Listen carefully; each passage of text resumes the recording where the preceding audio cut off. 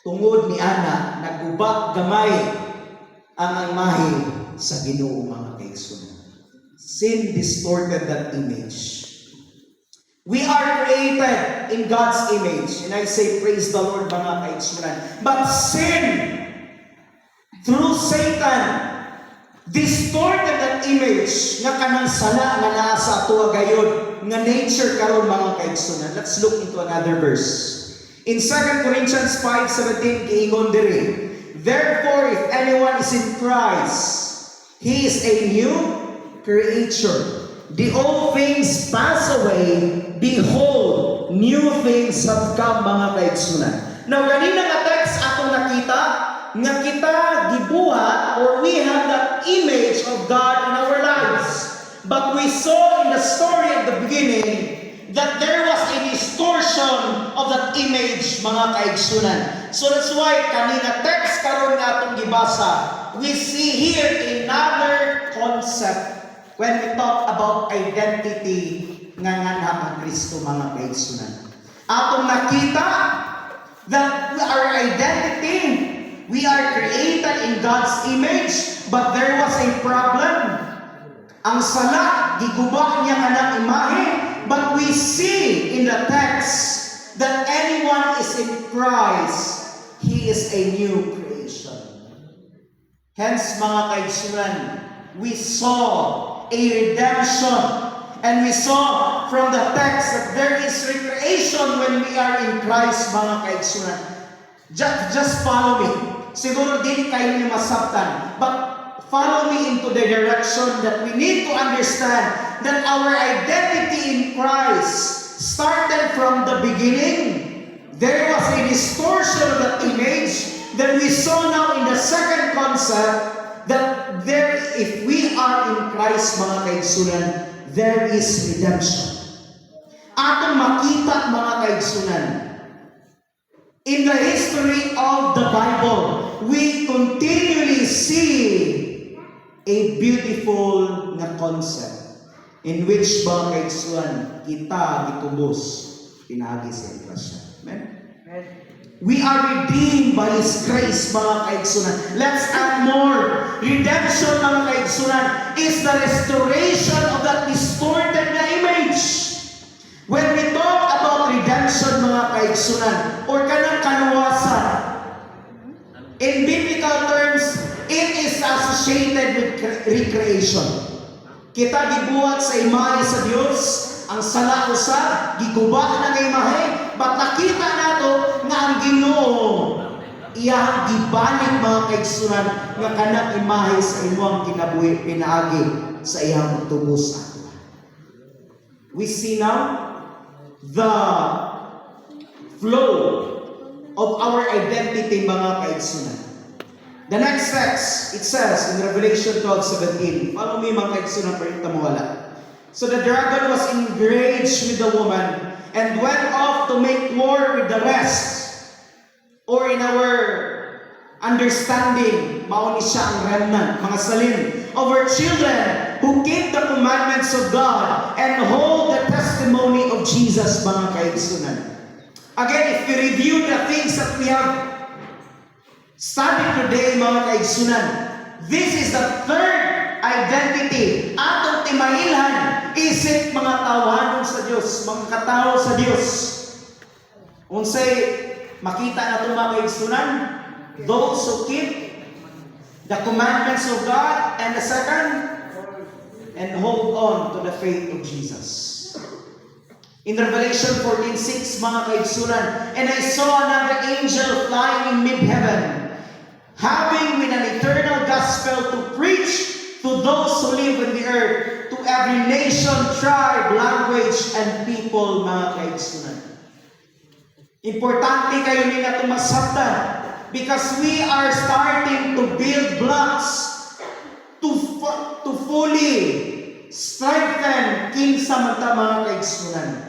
We see sa katong mga teksto nga atong nabasa, nakita nato mga kaigsunan nga kita ang mga katawan sa Dios sa mga katapusan nga mga adlaw, niini katapusan adlaw nga aduna tay misyon mga kaigsunan. Wala ta diri para lang tay wala na ta diri para magdula, kundi mapahinumduman ta nga kita nga mga anak sa Dios aduna tay part sa bulaton nga iyang gipangat sa to. Amen. Ang katawag ang Dios ato mga kaigsunan to be a ripple. Kabalo mo sa ripple mga kaigsunan? Naay linaw na tubig. Pag maghulog ka og butang aon sa tubig. Ha? Naay waves, di ba? That is the same ripple effect that God wants us to be.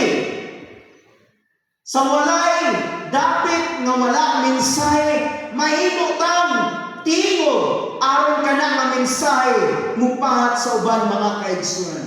Dili ka dapat nga lingkod lang. Sa atong pagabatanon kay majority may mga batanon diri. Dili na lang ingon nga trabaho man sa inana. Siya lang ani kay kabalo siya na. Ba't kita kabahin ani mga kapaglaon? Mga kapaglaon na. Mga kaigsunan. We saw also that we are being sent. We have a mission and we are being sent mga kaigsunan. Again, looking to the text. With an eternal gospel to preach mga kaigsunan. This means, both pasabot, we must be a blessing to others, not just in words, but also in action. Kung sa'yo makita ninyo sa picture mga kaigsunan? Nay mata, isa pa. Nay I will go. Ha? Naay kalibutan. Kung sa'y but pasabot na nga text or kanina picture mga kaigsunan nga makita ninyo. Mangutana ko sa inyo mga kaigsunan, are we a missional individual? Having that identity in Christ, naataan ang identity ni Kristo mga kaigsunan, are we a missional na person? Or tama na ta sa atua gayon nga gitindugan? Again, our identity in Christ, it is redemption, it is the relationship that we build with Jesus, and also it is being a blessing, a ripple to others. In the slide, you can see a picture. Unsa na picture mga kaigsunan? That is a logo of what? The Seventh-day Adventist Church.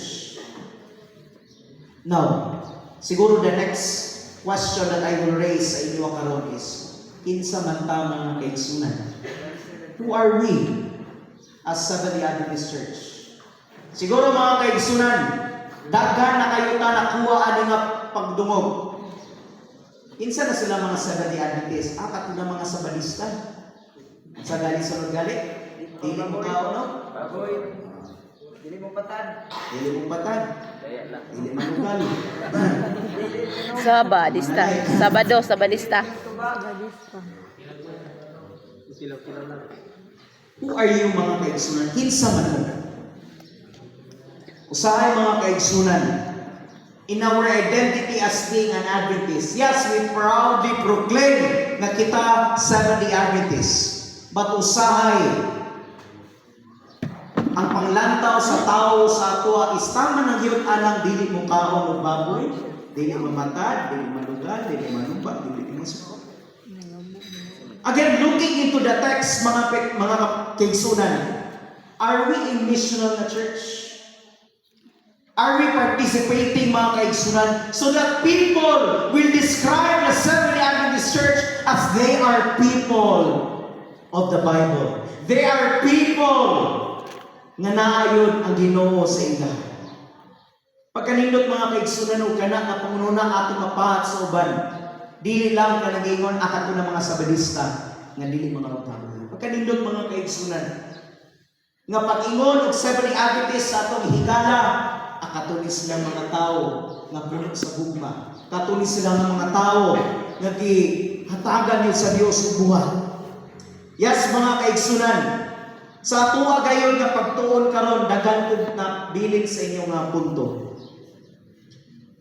Usahay if our understanding of our biblical doctrines of who we are as Seventh-day Adventists, usahay mga kaigsunan, dili na ito ma-practice. usahay ma-detach, usahay mawala, mahiwalay sila mga kaigsunan, usahay adunay problema sa atuwa. We have detached sometimes our identity from our religious perspective. Kung sa ibang pasabot mga kaigsunan. Some people, now, gusto na akong maminaw mo tanan.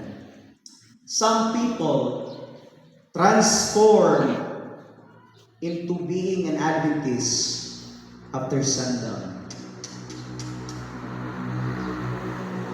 I mean no offense mga kaigsunan. Sometimes, we as Sabbath Adventists, we transform ng into a Sabbath Adventist because it's sundown. Uy, sundown na. Adventist na po. Ibuk si mana na, hindi ka Adventist. Ay, pagka sundown, Adventist na po. I need to be Adventist now. Usahay mga kaigsunan. Ang uban, sometime later around 8:30, 9, uy, alas 8 na, simba na, Adventist na po. Or siguro mga kaigsunan, uy, alas 10 na, divine na, at tulad kong simbahan, Adventist na po rin. My point mga kaigsunan karon nga kabutagon. Though there may be a reality of that, kung makatawa ka mga kaigsunan. But my point for this morning, sometimes kita, as Seventh-day Adventists, transform into being an Adventist during a portion sa adlaw ipapahulay mga kaigsunan. Sahay, sundown, Sabbath school, divine, ang tanggal iway, di mo balik ko iway. Sahay mga kaigsunan, again, kung pangutan ta sa atong identity being a Seventh-day Adventist, who we are as a Seventh-day Adventist, this is all about who we are mga kaigsunan. Amen? Nga di lang sa adlay papahulay, nga napakita ta, nga kita Adventista. We are not confined to a little space and time nga kita gitawag as Adventist. When we talk about having our Adventist na identity mga kaigsunan, we are talking about the very fabric of Seventh-day Adventism mga kaigsunan. There is no dichotomy from being a Christian and an Adventist. Kung sa ibang pasabutan ay mga kaigsunan. On the day of Sabbath, you are Sabbath keeper. You are living a life of an Adventist. Pero away now from Sabbath, you are now like every other Christian. Sahay, dili na nimo ang kulon nga ikaw Adventist. There is no dichotomy. Mga kaigsunan, dapat dili ta mo transform. Dapat for the whole week, we are Seventh-day Adventists. Amen? Amen. If they see this logo mga kaigsunan, surely, makaingon ang mga tao ang kanisla Adventista. Pero mangutana ko sa inyo mga kaigsunan, can people see that you are a Seventh-day Adventist? Sa dili adlaw ipapaulan? Think about it mga kaigsunan. Naamoy Bible, dira? Naamoy Bible. Some have Bibles on their cell phones, but I am not against having Bibles on your cell phones. My point is, mga kaigsunan, and I want you to read this. The world, ang kalibutan, dili makita ang kalayaan. Tungod, dili punta, magpuyo sa usak kinabuhi nga dunay kalayaan. Siguro mga kaigsunan ato na na-experiensyahan. Kanana mo sa classroom, kani mga batanon, or galing manaranas tong workplace, nakasulay na mo ani, kato siya pampuha kay siya Adventist. Kato siya pakata kay siya Adventist. Pagkasulay mo na? And amen. No? Nailan yun. Nga bisag dili aday papahulay ikaw Adventist. Nailan kasi mga kauban. But, can people see Jesus in you mga kaigsunan? Now, from what we have studied this morning, gamay na lang that our identity as being a Seventh-day Adventist, is rooted in Christ, faithful to His Word, and we are committed to mission. Ang atong timailahan mga kaigsunan, atong identidad nga na ang Kristo is rooted dira sa balaan nga kasulatan nga sa ato usab nga pagkinabuhi sa gisulti sa Dios nga adunay say kalipay sa pagserbisyo sa iyo. Yes, mga kaigsunan, nakahinumdum pa mo sa akong pangutana ganina. Unsa tong una na akong pangutana sa inyo? Ha? Dili ka na?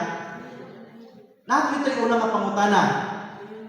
What is your identity? Yes. What is your? Or do you have a ID, mga kaigsunan? Again, kuwaw na akong ID. Philippine, o saan Phil ID, mga kaigsunan. Naadiri ang name, number, apelido, birthday, address. All the details sa inyong life nasa usa ka ID, mga kaigsunan. But what's important, we need to understand karon nga kabuntagon.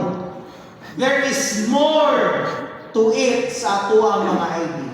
Kay tungod mga kaigsunan, ang ato ang mga ID sa atong kinabuhi is related to what Christ has done sa ato ang kinabuhi. Amen? Ganun wala man nalipay mga kaigsunan. Again, our ID is more than that in our pockets na inganing mga ID. But our identity, mga kaigsunan, is closely related to what Christ has done for us on the cross. Amen? Our identity in Christ, mga kaigsunan, is grounded in the Bible and focused on the mission. That is now our motive going forward sa ato ang church. Siguro nakita na mo ni, nakabantay naman ni, kay mo ni akong ginasugod yun sa akong manuwali. But allow me to remind you about this. That our Adventist identity is what? Is intertwined with mission. My last question for you today. What is your identity? Let's continue to be a part of God's last day church, mga kaigsunan. Let's continue to hold on katong nga ID nga naa sa tuwa nga gihatag sa Ginoo sa ato mga kaigsunan. Salamat kayo ug may buntag sa tanan. Amen.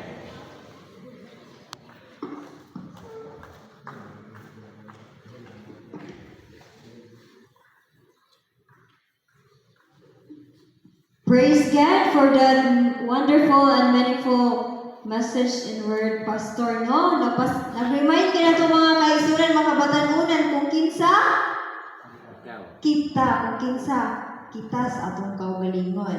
And this morning, we will be given to you this token of appreciation and certificate. I will call on the president as well as the advisor and the district pastors for the 3 districts to please come over me and hand it with this certification, as well as Pastor. Seventh-day Adventist Church, Pasaka Harvest Union Association Certificate of Appreciation is presented to Pastor Seth Gerard Vanekil in grateful acknowledgement of your invaluable commitment as our morning speaker for faithful in sharing God's given messages with the congregation during the Pasaka Harvest Association reunion with the theme Run the Race with Faith and Unity. This honor is given this 25th day of December 2025 at Switch Dead Church, Ramon Magsaysay of Bogota Sur, Philippines. Signed by yours truly. And Pasaka Association President Gerson M. Timpladen, Pasaka Association Treasurer Ma'am Gladys Pulmano, and Pasaka Advisor Elder Anselmo D. Sakasan, and Muldabi District Pastor Harold R. Baslot, and Mitsum District Pastor Marlon Manlapao, and Aurora District Pastor Walter Bison. Akong request si Pastor Marlon, if not in presence, as well as Pastor Bison.